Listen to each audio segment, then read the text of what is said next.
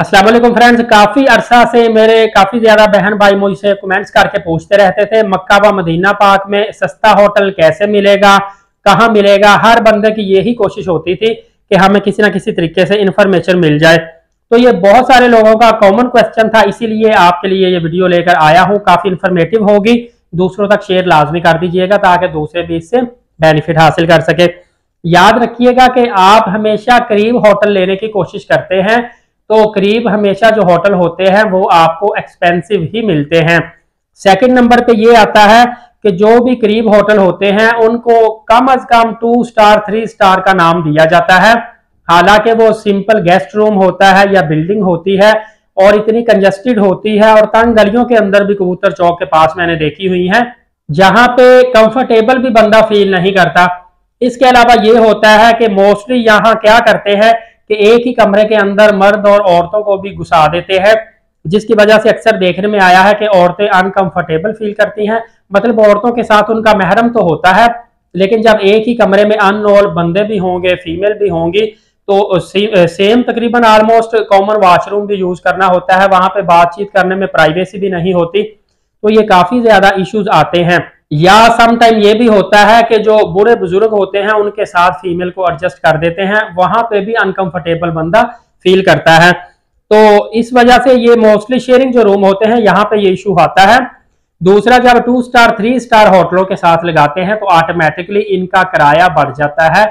ये आपको पैकेज में काफी ज्यादा एक्सपेंसिव मिलते हैं। याद रखिएगा कि आपने जब भी रूम लेना है कोशिश करनी है कि आप 1000 से ज्यादा मीटर फासले पर रूम लें।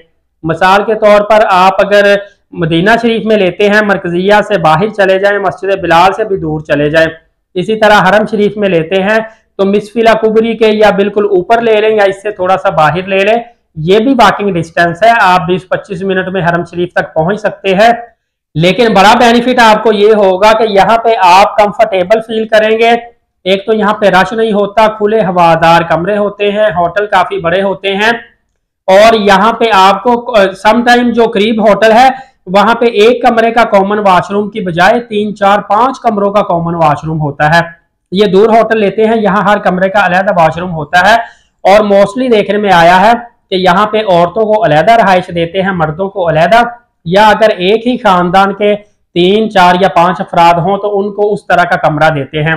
मिसाल के तौर पर एक ही खानदान के 3 अफराद हैं तो उनको अलग कमरा देंगे 3 बेड वाला, 4 अफराद हैं 4 बेड वाला, 5 अफराद है तो शेयरिंग कमरा 5 बेड वाला देते हैं। उसकी वजह यह है कि इन होटलों में रश कम होता है, अमला जो है आसानी से आपकी बात भी सुनता है, आपको अच्छी सर्विस भी देते हैं और यहाँ पे अक्सर ही होटल जो कमरे हैं काफी ज्यादा खाली होते हैं। एक आपको और भी बेनिफिट बताता चलूं कि इस एरिया में जब आप होटल लेंगे तो आपको सिर्फ 1000, 1200, 1500 रुपए पाकिस्तानी और 15 से 20 रियाल सऊदी जो है इतने में आपको एक बेड मिल जाता है। और आप इस तरह भी कर सकते हैं कि आप पैकेज के अंदर 2 दिन का होटल रूम बुक करवा लें, बाकी आप यहाँ पे आके थोड़ा सा सर्च करें, अपनी पसंद का जो सस्ता सा होटल मिलता है वहां पे आप रूम बुक करवा लें। यहाँ पे लोग एक और गलती कर जाते हैं कि रमजानुल मुबारक के दिनों में या जब बहुत ज्यादा पीक टाइम होता है, रश होता है, उन दिनों में पैकेज में होटल नहीं लेते। वो कहते हैं कि हम वहां पे जाके खुद करवा लेंगे।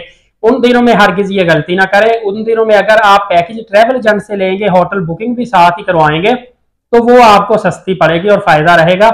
अदरवाइज काफी दोस्त देखने में आया है कि रश वाले दिनों में जब वो होटलों में जाते हैं उनको कमरे खाली नहीं मिलते, रश ज्यादा होता है और एक बेड तो मिलता ही नहीं है ना। जब रश कम नहीं होता या फासले पर होटल लेते हैं तो आपको सिंगल बेड भी दे दिया जाता है और समटाइम ये भी होता है कि पूरा रूम खाली होता है, आपको रूम इजीली मिल जाता है।